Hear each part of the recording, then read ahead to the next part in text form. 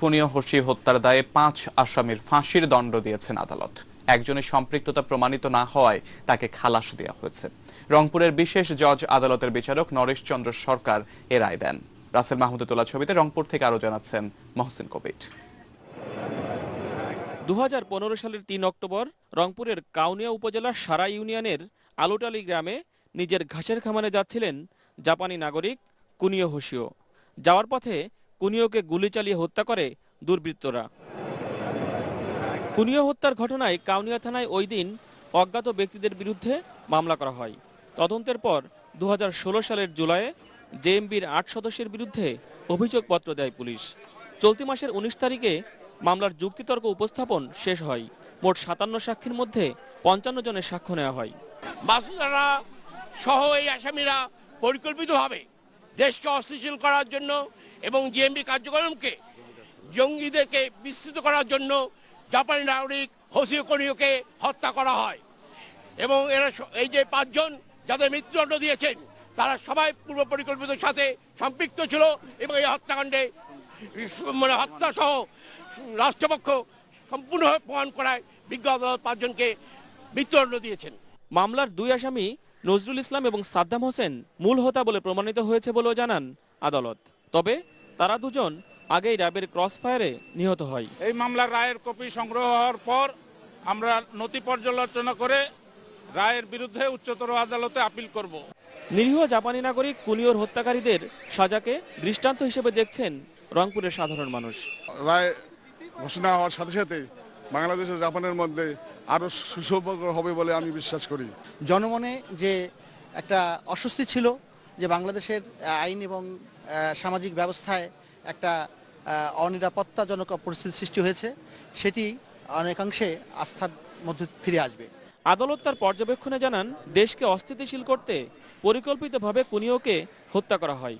ইসলামের নামে কুনিওকে হত্যা করা হলেও এর সঙ্গে ইসলামের কোনো সম্পর্ক নেই বলে আদালতে উল্লেখ করেন। জাপানি নাগরিক তাবেল্লা সিজার কিংবা গুলশানের হলিয়াটিজানে হামলা, সবখানেই বিদেশিদের হত্যার মধ্য দিয়ে চেষ্টা করা হয়েছে বহির্বিশ্বে বাংলাদেশের সুনাম ক্ষুণ্ণের। তবে হোসিও কুনিও হত্যা মামলার এই রায় প্রমাণ করেছে যে কোনো ধরনের অপরাধীদের শাস্তি দিতে প্রতিশ্রুতিবদ্ধ বাংলাদেশ। মহসিন কবির, এটিএন নিউজ, রংপুর। বেপরোয়া গাড়ি চালিয়ে দুর্ঘটনা এবং মানুষ হত্যার দায়ে বাস ট্রাক চালকদের সাজার প্রতিবাদে সকাল থেকে সারা দেশে অনির্দিষ্টকালের পরিবহন ধর্মঘটের ডাক দিয়েছে বাংলাদেশ সড়ক পরিবহন শ্রমিক ফেডারেশন। এদিকে গতরাত 11টার দিকে সারা দেশে কর্মসূচি ঘোষণা করায় অনেক যাত্রী ধর্মঘটের কথা জানতেন না। তাই দূরের যাত্রায় যেতে চরম বিপাকে পড়েছেন সাধারণ মানুষ। হঠাৎ ডাকা পরিবহন ধর্মঘটে অবর্ণনীয় ভোগান্তিতে পড়েছে সাধারণ মানুষ। সময় মতো গন্তব্যে পৌঁছানোর বদলে অনেককে বসে থাকতে হচ্ছে যানবাহনের অপেক্ষায়। বরিশাল নতুনবাদ বাস টার্মিনাল সহ বিভিন্ন টার্মিনালে আটকা পড়ে আছে যাত্রীরা। ধর্মঘটের কারণে বরিশালের অভ্যন্তরীণ ও দূরপাল্লার সড়ক পথে বাস, ট্রাক, মাইক্রোবাস সহ সব ধরনের যানবাহন চলাচল বন্ধ রয়েছে। ধর্মঘটের কারণে বরিশালের বিভিন্ন এলাকায় কাঁচামাল সহ বিভিন্ন মালামাল পরিবহন বন্ধ থাকায় দাম অনেকটা বেড়ে গেছে। বগুড়াতে পরিবহন ধর্মঘটের কারণে শহরের ঠনঠনিয়া ঢাকা কোচ টার্মিনাল ও চারমাথা কেন্দ্রীয় বাস টার্মিনালে কোনো যানবাহনই ছেড়ে যায়নি। ফলে চরম দুর্ভোগে পড়তে হয়েছে যাত্রীদের। ধর্মঘটের কারণে সিলেটে সকাল থেকে বিভিন্ন পয়েন্টে অবস্থান নিয়ে পিকেটিং করতে দেখা যায় শ্রমিকদের। গাড়ি চলাচলে প্রতিবন্ধকতারও সৃষ্টি করেছে তারা। রাস্তায় টায়ার পুড়িয়ে বিক্ষোভ করতে দেখা গেছে শ্রমিকদের। রাজশাহীতে বাস কাউন্টারগুলো বন্ধ রাখা হয়েছে। এখান থেকে কোনো বাস ছেড়ে যাচ্ছে না। সকালের দিকে কিছু পরিবহন শহরে ঢুকলেও বেলা বাড়ার সঙ্গে সঙ্গে তা কমে যায়। ময়মনসিংহ শহরের 3টি বাস স্ট্যান্ড থেকে দূরপাল্লা এবং আন্তজেলা ও উপজেলা পর্যায়ে কোনো যানবাহন ছেড়ে যায়নি। যানবাহন চলাচল না করায় এবং বিভিন্ন সড়কে আটকে পড়ায় যাত্রীদের চরম দুর্ভোগ পোহাতে হচ্ছে। গাজীপুরে ঢাকা টাঙ্গাইল ও ঢাকা ময়মনসিংহ মহাসড়ক সহ আঞ্চলিক সড়ক দিয়ে পরিবহন চলাচল বন্ধ রয়েছে। পরিবহন শ্রমিকরা বিভিন্ন পয়েন্টে অবস্থান নিয়ে গাড়ি চলাচলে প্রতিবন্ধকতা সৃষ্টি করছে। এছাড়া বান্দরবান, চাঁদপুর, চুয়াডাঙ্গা, ঝিনাইদহ, জয়পুরহাট, কুষ্টিয়া, মেহেরপুর, মাদারীপুর, নাটোর, রাজবাড়ী ও টাঙ্গাইলে হঠাৎ ডাকা পরিবহন ধর্মঘটে অবর্ণনীয় ভোগান্তিতে পড়েছে সাধারণ মানুষ। জিনিয়া ইসলাম, ডেস্ক রিপোর্ট, এটিএন নিউজ। দর্শক, পরিবহন ধর্মঘটের কারণে যাত্রীদের ভোগান্তির খবর জানাতে সায়দাবাদ থেকে আমাদের সাথে সরাসরি যুক্ত হচ্ছেন সহকর্মী ইমরান হোসেন সুমন। আমরা এখন সরাসরি কথা বলবো তার সঙ্গে। সুমন, আপনারা সকাল থেকে কিন্তু ঢাকার বিভিন্ন জায়গা থেকে যাত্রী দুর্ভোগের কথা আমাদের জানিয়েছেন, তো এই সমস্যার সমাধানে কোনো উদ্যোগ কি নেওয়া হয়েছে, ব্যাপারে আমাদের জানাবেন।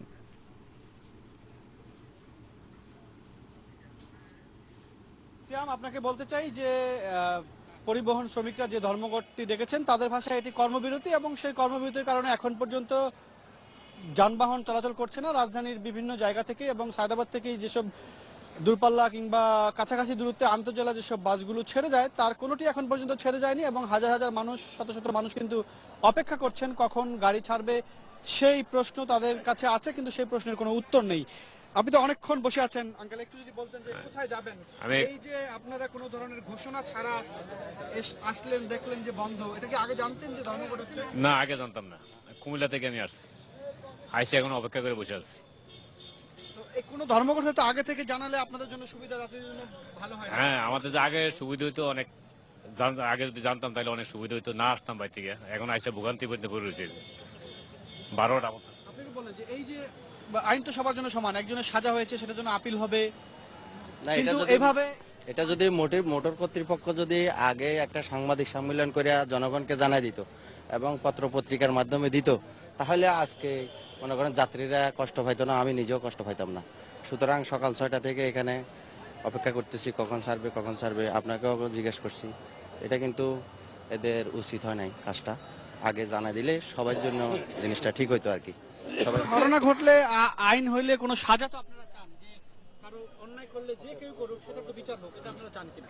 বিচারক চাই, কিন্তু এটা তো মনে করেন শ্রমিক ধর্মঘট, মনে করেন যে শ্রমিক এই যারা ড্রাইভার আছে তারা তো মনে করেন ইচ্ছা করে, আর মনে করেন যে এগুলা মনে করেন অ্যাক্সিডেন্ট করে না বা কারোর মারে না, মনে করেন এটা হয়ে গেছে, আল্লাহর হুকুম মনে আছে এই জন্য হয়েছে। এটা নিয়ে তো মনে করেন কারো করার কিছু মনে করেন যে সাজা দিতে পারে, কিন্তু তার তো মৃত্যুদণ্ড দিতে পারে না। ঠিক আছে, সেটা তো আপিল হবে, কিন্তু এই যে এত মানুষ একসঙ্গে আপনারা না জানিয়ে যদি ডিক্লেয়ার করে দেয়, এটা কষ্ট, এটা ঠিক কিনা? না, এটা ঠিক না। এটা তো আমরা মনে করেন জানলে তো ঢাকায় আসতাম না, আমরা তো এগুলা জানিয়ে না। এই যে ঘটনা মনে করেন ধর্মঘট দিছে বা ইয়া দিছে, এগুলো আমরা জানিয়ে না হঠাৎ করে। সিয়াম, আমরা একটু দেখাতে চাই যে পিছনে অনেক নারী পুরুষদের কথা আমরা বলেছি যারা দীর্ঘ সময় ধরে অপেক্ষা করছেন এই পরিবহনের জন্য। এরা অপেক্ষা করতে করতে অনেকে ক্লান্ত হয়ে আমরা এখানে দেখেছি যে ঘুমিয়ে গেছেন, এবং কিছু এখানে আমরা সহকর্মী মনির একটু দেখাতে পারেন যে বহু মানুষ, নারী শিশুদের অবস্থা অবর্ণনীয়। তারা আসলে কিভাবে গন্তব্যে পৌঁছাবেন সে বিষয়টির কোনো উত্তর নেই, সুরাহা নেই। এখানে তারা বাচ্চাদের নিয়ে সকাল থেকে আছেন, এবং কখন তারা ঘরে ফিরতে পারবেন, এই যানবাহন কখন ছাড়বে সেটি তারা কিন্তু জানেন না। তো এখানেও আমরা দেখেছি যে অনেক চারদিকে এখানে অনেক বহু মানুষ অপেক্ষা করছেন, এবং এখানে এই অপেক্ষার আসলে এটি তারা বলছেন যে কোনো ঘটনার বিচার হোক, এবং এখানে বহু মানুষ এক জায়গায় অপেক্ষা করে বসে আছেন যে তারা, আমরা দেখছি যে এখানে বহু মানুষের এই যে দুর্ভোগ সেটি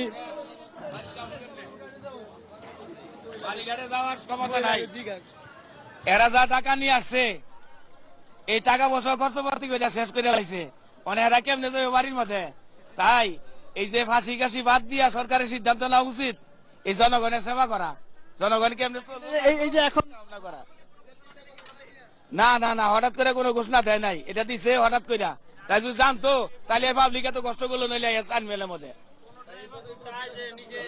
তো আমরা এই যে দেখেছি যে এখানে বিভিন্ন যারা গন্তব্যে যাবেন তাদের বেশিরভাগ এখানে কুমিল্লা, নোয়াখালী, চাটখিল এবং লাকসাম অঞ্চলের মানুষজন যারা বিভিন্ন সময় যান, তারা আজকে সকালেই এসেছিলেন শিশু সন্তান নিয়ে, অনেকে আছেন ঘুমিয়ে পড়েছেন বাচ্চারা, কিন্তু কখন গাড়ি ছাড়বে তার কোনো ধরনের সিদ্ধান্ত হয়নি, এবং এটার জন্য অপেক্ষা করছেন। একটা বিষয় জানিয়ে রাখতে চাই যে এভাবে যারা যাত্রী আছেন তারা বলছেন যে আগে থেকে ঘোষণা দিয়ে যদি এই কর্মসূচিটি দেওয়া হতো, ধর্মঘটের ডাক দেওয়া হতো কিংবা কর্মবিরতিটি রাখা হতো, তাহলে তাদের এই কষ্টটি আপাতত হতো না। তো দর্শক, আপনারা জানি যে আমাদের অন্য সহকর্মীরাও বিভিন্ন টার্মিনালে রয়েছেন। এই মুহূর্তে গাবতলী বাস টার্মিনালে রয়েছেন আমাদের সহকর্মী আমিনুল ইসলাম। এখন আমরা সরাসরি সেখানে যুক্ত হচ্ছে আমিনুলের সঙ্গে। আমিনুল, আপনি সেখানকার অবস্থা জানাবেন যে এমন দুর্ভোগ সেখানে কেমন অবস্থায় রয়েছে?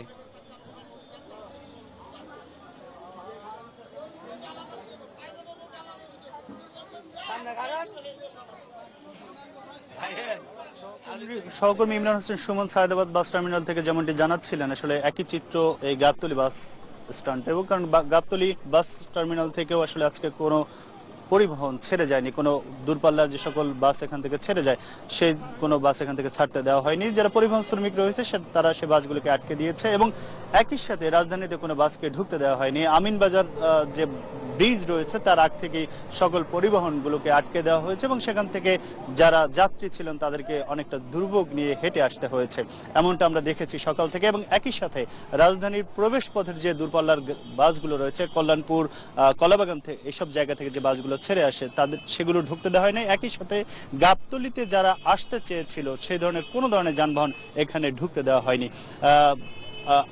এখানের যেটি রয়েছে, আমরা মিরপুরের যে সংযোগ জায়গাটি রয়েছে অর্থাৎ সেই জায়গা থেকে দারুসালামের থেকেই সকল বাস এখান থেকে আটকে দেওয়া হয়েছে, গাবতলী থেকে কোনো বাস ছেড়ে যায়নি। এই দূরপাল্লার বাসের সাথে ট্রাক সেটিও ধর্মঘট শুরু করেছে, এমনটাই আমরা জানতে পেরেছি। ট্রাকগুলো প্রবেশ করতে দেওয়া হচ্ছে না বা ট্রাকগুলো চালানো হচ্ছে না। এই পরিবহন শ্রমিকদের তারা যে বিষয়টি নিয়ে ধর্মঘটে গিয়েছে, আজকে তাদের 10 জেলায় আগে ধর্মঘট ছিল, সেটিও কিন্তু প্রত্যাহার করার কথা বলেছিল গতকালকে, কিন্তু আজকে হুট করেই রাজধানী থেকে সকল দূরপাল্লা বন্ধ করে দেওয়া হয়। তারা বলছেন মানিকগঞ্জে যে কোর্টের যে রায় হয়েছে, একজন চালকের একটি রায় হয়েছে, যাবজ্জীবন কারাদণ্ডের রায় হয়েছে। সাংবাদিক মিশুক মনির এবং চলচ্চিত্রকার তারেক মাসুদ সহ 5 জনকে হত্যার অভিযোগে যে যাবজ্জীবন কারাদণ্ড হয়েছে বাস চালক জমির হোসেন, তাই সেই এবং একই সাথে গতকালকে একটি রায় হয়েছে একজন ট্রাক চালক, তিনি একজন নারী সহ জনকে ট্রাক চাপায় হত্যার অভিযোগে তার ফাঁসির রায় হয়েছে। এই রায়গুলোর প্রতিবাদ স্বরূপ তারা এই আন্দোলনে নামছে, কিন্তু সেটি একটি আইনি প্রক্রিয়া। সেই আইনি প্রক্রিয়ায় না গিয়ে সাধারণ মানুষ যারা যাত্রী রয়েছে তাদেরকে জিম্মি করে আসলে পরিবহন ধর্মঘট শুরু করেছেন পরিবহন শ্রমিকরা এবং এর ফলে আসলে চরম ভোগান্তিতে পড়েছে যারা দূরপাল্লার যাত্রী হিসেবে আজকে গাবতলীতে এসেছিলেন। সকাল থেকে আমরা দেখেছি অসংখ্য মানুষ এখানে এসে দুর্ভোগে পড়েছেন, নারীরা অনেক ভিতরে এখন রয়েছেন। আমরা টার্মিনালের ভিতরটায় অসংখ্য মানুষ অবস্থান করছেন, কারণ যাদের খুব বেশি প্রয়োজন রয়েছে তারা আসলে শেষ সময়টা পর্যন্ত চেষ্টা করছেন কিভাবে তারা যেতে পারেন, কিন্তু আসলে সেই ধরনের কোনো ব্যবস্থা এখন পর্যন্ত দেখা যাচ্ছে না। আমার সাথে অসংখ্য মানুষ রয়েছে এখানে, যারা এখানে দুর্ভোগে রয়েছেন, ভিতরে রয়েছেন। তো আমার সাথে তাদের কাছ থেকে আসলে জানতে পারি যে কি ধরনের দুর্ভোগে আসলে তাদেরকে পড়তে হয়েছে। আপনারা কখন এসেছেন এবং কোথায় যেতে চেয়েছিলেন? 12টার দিকে যেতে চাচ্ছিলাম বগুড়া, আর একটা গাড়ি ছিল, আসান্তর দেখলাম যে বাস চলতেছে না ধর্মঘট, তখন থেকে ওয়েট করতেছি আর কি। আপনি কখন এসেছেন? 11:30 12টা হবে, কোনো গাড়ি পাচ্ছি না, তারা ঘুরতেছি আর কোনো গাড়িতে উঠতে পারতেছি না, ঘোরাঘুরি করতেছি আর কি। তো এরকম আসলে এই আমার পেছনে যারা রয়েছেন, ভেতরে অনেক রয়েছেন অসংখ্য যাত্রী, তাদেরকে আসলে একটা দুর্ভোগে ফেলে এই ধরনের ধর্মঘটের বা পালন করছেন যারা শ্রমিক সংগঠন রয়েছে, বাস ট্রাক চালক শ্রমিক সংগঠন, তারা এই ধর্মঘটটি পালন করছে এবং এর ফলে আসলে এখন সেই কখন চালু হবে সাধারণ মানুষের এই প্রশ্নটি, আসলে কত দ্রুত এই বাস চালু হবে এবং তারা সেই তাদের গন্তব্যে পৌঁছাতে পারবে। ঢাকার যেসব জায়গা থেকে দূরপাল্লার বাস ছেড়ে যায় সব জায়গায় আসলে একই অবস্থা। যে চিত্রটি সায়দাবাদ থেকে আমরা দেখিয়েছি, গাবতলী থেকেও একই চিত্র, মহাখালী বাস স্ট্যান্ড থেকে আমরা জানি সেখান থেকে দূরপাল্লার বাস ছেড়ে যায়। মহাখালী বাস স্ট্যান্ডে রয়েছেন আমাদের সহকর্মী সাবিনা পুথি, সেখানেও আসলে অনেকটা একই রকমই আমরা জানতে পেরেছি। সাবিনা পুথির কাছ থেকে আমরা সর্বশেষ জানতে পারবো যে সেখানে কি অবস্থা।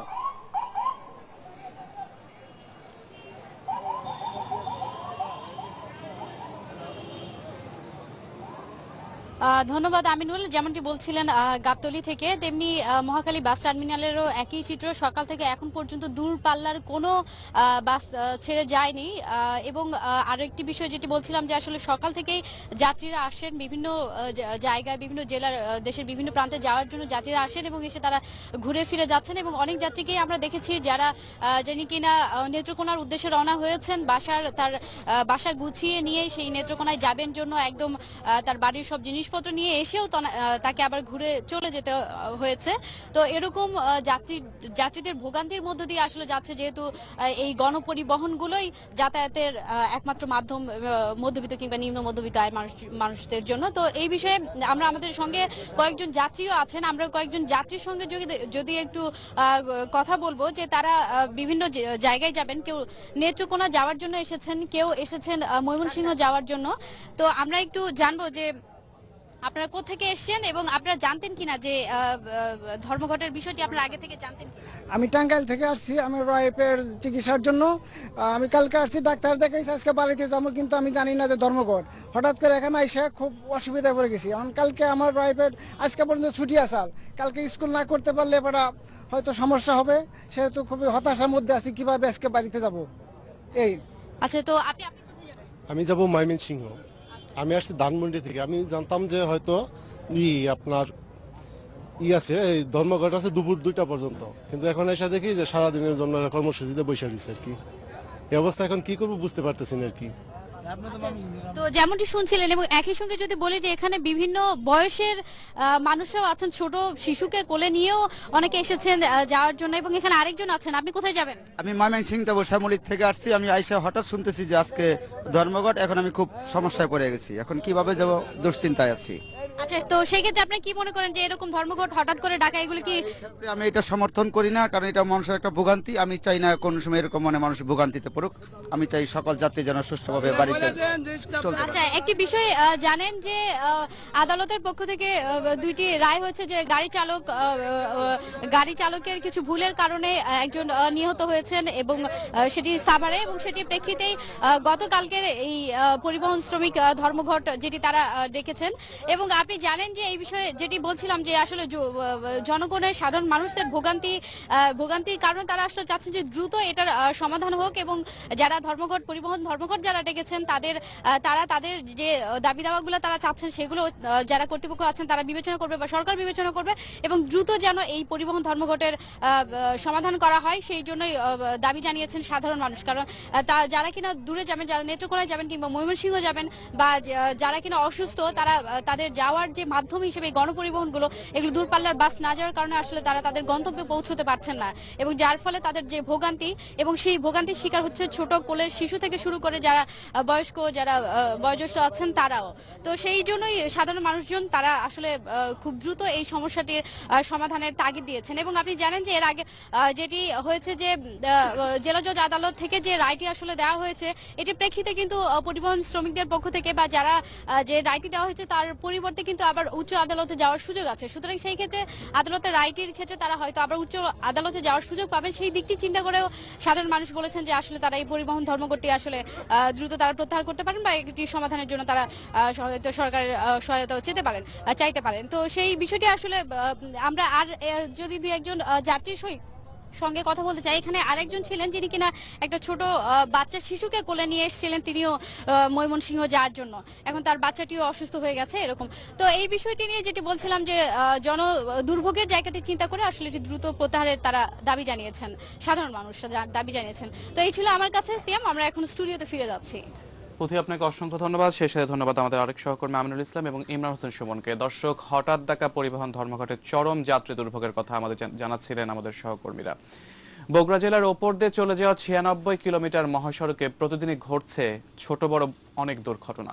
পরিসংখ্যান মতে গত 6 মাসে 50টিরও বেশি দুর্ঘটনায় প্রাণ গেছে প্রায় 60 জনের। চালকদের অদক্ষতা, বেপরোয়া গতি, ওভারটেকিং এবং সড়কে অতিরিক্ত যানবাহন চলাচল দুর্ঘটনার প্রধান কারণ বলে দাবি সংশ্লিষ্টদের। বগুড়া থেকে শফিকুল ইসলাম শফিকের পাঠানো তথ্য ছবিতে ডেস্ক রিপোর্ট। উচ্চ আদালতের আদেশ অমান্য করেই মহাসড়কে চলছে সিএনজি চালিত অটোরিকশা, টেম্পো এবং ব্যাটারি চালিত রিকশা।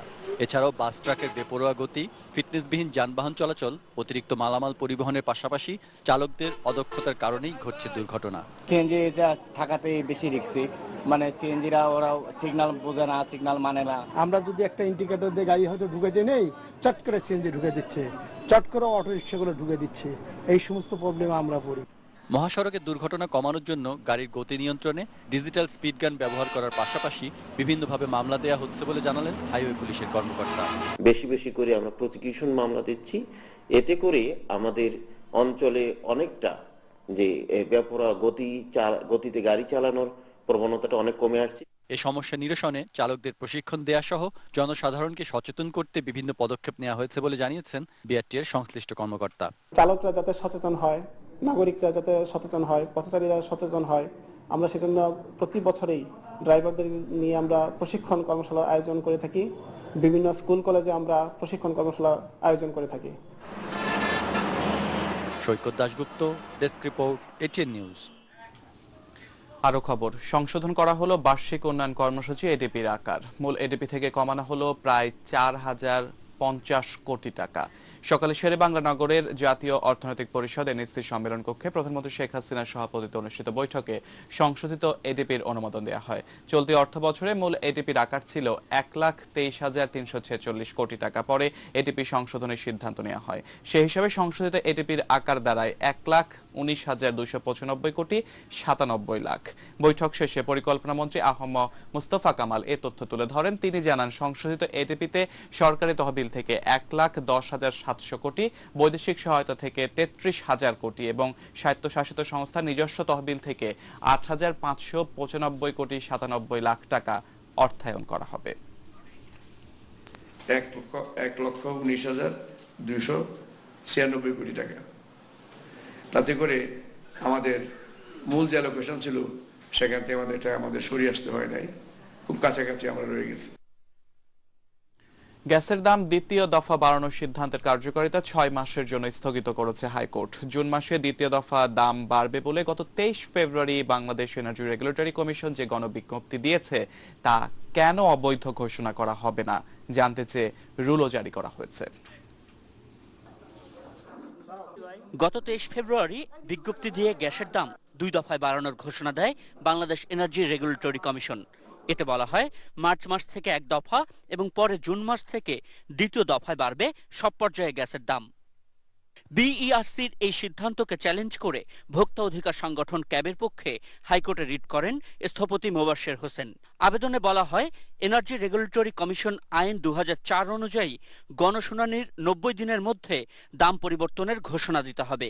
কিন্তু গ্যাসের দাম নিয়ে সবশেষ গণশুনানি হয়েছে 2016 আগস্টে। টেকনিক্যাল কমিটি যে ডেভিয়েশনটা করলো, এছাড়া বিইআরসির আইন অনুযায়ী দাম পরিবর্তনের জন্য প্রতিবার গণশুনানি করতে হবে।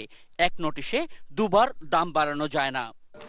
আমার সাবমিশনটা ছিল যে ওনারা যখন গণশুনানি করবেন সেটা 90 দিনের মধ্যেই ওনাদেরকে এই গণবিজ্ঞপ্তিটা জারি করতে হবে মূল্য পুনর্নির্ধারণ করে। সেটা ওনারা 90 দিনের মধ্যে করতে ব্যর্থ হয়েছেন। দ্বিতীয় যে সাবমিশনটা ছিল সেটা হলো ওনারা বছরে একবার মূল্য বৃদ্ধি করতে পারবেন, কিন্তু একই নোটিশে এইবারই ওনারা পরপর দুবার মূল্য বৃদ্ধি করলেন, যেটা একটা হবে সরাসরি আইনের ব্যর্থ হয়েছে। মঙ্গলবার শুনানির পর বিচারপতি মইনুল ইসলাম চৌধুরী ও বিচারপতি জেবিএম হাসানের হাইকোর্ট বেঞ্চ দ্বিতীয় দফায় দাম বাড়ানোর ঘোষণা স্থগিত করেন। বিইআরসি বার্কের যে আইনটা সেখানে 34(4)-এ ওইখানে বলা আছে কোনো বৃদ্ধি করতে হলে সেখানে পাবলিক শুনানির ব্যবস্থা করতে হবে এবং পাবলিক শুনানি করতে হলে 90 ডেজের মধ্যেই সেটা আবার এক্সিকিউট করতে হবে। যেহেতু এখানে 90 ডেজ ক্রস করে গেছে, ঠিক সেক্ষেত্রে এটা আসলে যিনি পিটিশনার পক্ষের আইনজীবী সেখানে কোর্টের কাছে রেজ করছেন। তো এই 34(5)-এ যেটা আছে 1 বছরে একবারই শুধুমাত্র বৃদ্ধি করা যাবে। এই ক্ষেত্রে যেহেতু প্রস্তাবনাটা ছিল 2বার, সেই ক্ষেত্রে কোর্ট একটাকে কাটেল করে দিয়ে আরেকটাকে অব্যাহত রেখেছে। Ashikur Rahman Apu, ATN news, Dhaka. এদিকে গ্যাসের দাম বাড়ানোর প্রতিবাদে সকাল 6টা থেকে বেলা 12টা পর্যন্ত হরতাল পালন করেছে বাংলাদেশের কমিউনিস্ট পার্টি সিপিবি ও বাংলাদেশের সমাজতান্ত্রিক দল বাসদ। ভোর 6টা থেকে হরতালের সমর্থনে রাজধানীতে একাধিক মিছিল বের হয়। শাহবাগে মিছিল করে এসে রাস্তায় শুয়ে অবরোধ সৃষ্টি করে হরতাল সমর্থকরা। সকাল থেকে হরতাল শান্তিপূর্ণভাবে চললেও বেলা 11:15টার দিকে শাহবাগে হরতাল সমর্থনকারীদের উপর কাঁদানে গ্যাস ও জল কামান ব্যবহার করেছে পুলিশ। বাসদ সিপিবির আহ্বানে হরতালের সমর্থনে দেন নাগরিক ঐক্য, Ganosamhati Andolon, Biplobi workers party, national democratic party, NDP, Bangladesh Udichi Shilpigoshthi, গণতান্ত্রিক বাম মোর্চার নেতাকর্মীরা হরতালের সমর্থনে সকাল থেকে পল্টন, মতিঝিল, গুলিস্তান, হাইকোর্ট মোড়, দোয়েল চত্বর, জাতীয় প্রেস ক্লাব এলাকায় মিছিল করে। চট্টগ্রামে চাঞ্চল্যকর মিতু হত্যায় এবার পাল্টাপাল্টি দোষারোপ করেছেন মিতুর পরিবার এবং তার সাবেক পুলিশ কর্মকর্তা স্বামী। মেয়ের খুনি সাজা চেয়েও মিতুর পরিবার জানতে চান কে এবং কি কারণে তাদের মেয়েকে খুন করেছে। মিতুর পরিবারের অভিযোগের তীরও এসপি বাবুল আক্তারের দিকে। আর গণমাধ্যমকে এড়িয়ে চললেও ফেসবুকে নিজের অবস্থান ব্যাখ্যা করেছেন রহস্যময় বাবুল। সাব্বির আহমেদ জানাচ্ছেন বিস্তারিত। তার কাজের মাঝে কেউ লাভবান হয়, সমাজ লাভবান হয়, ব্যক্তি লাভবান হয়, দেশ লাভবান হয়। আবার কোনো একজন ব্যক্তি সে ক্ষতিগ্রস্ত হয়, সেই ক্ষতিগ্রস্ত ব্যক্তি তার বিরুদ্ধে বলতেই পারে। মাহমুদা খানম মিতু হত্যার পর থেকে এভাবেই তার পরিবার দাবি করে আসছিলেন। ঘটনাকে ভিন্ন খাতে নিতে অনেকেই তাদের জামাতা এসপি বাবুল আক্তারের উপর দোষ চাপাচ্ছেন, সে নির্দোষ। কিন্তু হঠাৎ করেই পাল্টে যায় দৃশ্যপট, বদলে যায় বক্তব্য। মিতু হত্যার ঘটনায় এখন শ্বশুর পক্ষের প্রধান সন্দেহের তালিকায় বাবুল আক্তার। সে যদি বাবুল আক্তার 10 জনকে ক্রসফায়ার দিয়ে থাকে, সেই ব্যক্তি আইসে তার স্ত্রী আঘাত করবে, এই চিটাঙে কোনো সন্ত্রাসীরও নাই, কোনো ব্যক্তিরও নাই। যেহেতু বাবুল আক্তার চাকরির জন্য কোনো আবেদন করে নাই, কোনো ধরনের লেখালেখি হয় নাই, এখানে বাবুল আক্তার জড়িত আছে বিধেই সেইটাকে গোপন রাখছে, আবেদন করে নাই। আবেদন কত ধরে নিতাম যে চাপের বুকে চাকরি ছাড়ছে। সাবেক এই পুলিশ কর্মকর্তার দাবি, এতদিন নাতি ও নাতনির মুখের দিকে তাকিয়ে তারা কিছুই বলেননি। মৃত্যুরে পাবো না, বাবুল আক্তার মারলেও পাবো না, অন্য কেউ মারলেও পাবো না। তবে বিশ্বাস হলো যে ও চাকরি থাকলে এটা বাইরে হবে, আবার এই বাচ্চা দূরে একটা শেল্টার হবে। মৃত্যুর হত্যাকারীর শাস্তি চান না তার মা। যতদিন বাঁচতে আছি আমরা এটাই জানবো কে মারলো, এটা আমার দেখা দরকার নাই, সাজা দরকার নাই। আমার দরকার হয়েছে মৃত্যুরে কেন মারলো, এই জিনিসটা সরকার বাই করিয়া বলিয়ে দিব। হত্যাকাণ্ডের এসব বিষয় জানতে বাবুল আক্তারের বর্তমান কর্মস্থলে গিয়ে তার সঙ্গে যোগাযোগের চেষ্টা করা হয়। তার মুঠোফোনেও যোগাযোগের চেষ্টা করা হলে তিনি ফোন ধরেননি। গণমাধ্যমের সঙ্গে কথা না বললেও বিভিন্ন সময়ে ফেসবুকে নানা স্ট্যাটাসের মাধ্যমে তিনি নিজের অবস্থান তুলে ধরেন। সোমবার এক ফেসবুক স্ট্যাটাসে তিনি বলেন, সবাই বিচারক আর আমি তথ্য প্রমাণ ছাড়াই খুনি। তার দাবি, সন্তানদের ইচ্ছার কারণেই তিনি শ্বশুরবাড়ি ছেড়ে এসেছেন। আর তার এক শালিকাকে বিয়ের জন্য শ্বশুরবাড়ি থেকে চাপ দেয়া হচ্ছিল, তাতে রাজি না হওয়ায় তার বিরুদ্ধে এ ধরনের কথা ছড়ানো হচ্ছে। তবে এ ব্যাপারে মিতুর পরিবার বলছে ভিন্ন কথা। এরকম কথা যদি আসবে, এটা কখন আসবে? একটা মামলা তদন্ত দিন চলতেছে, হচ্ছে শোক গেল না, কবরের উপরে দুব্ব হইল না, বস্ত্র পূর্তি হইল না। গত বছরের 5 জুন চট্টগ্রামের জিএসি মোড় এলাকায় বাবুল আক্তারের স্ত্রী মাহমুদা খানম মিতুকে কুপিয়ে ও গুলি করে হত্যা করা হয়। Sabbir Ahmed, ATN news, Dhaka. এবারে বাংলালিংক অমর 21 গ্রন্থ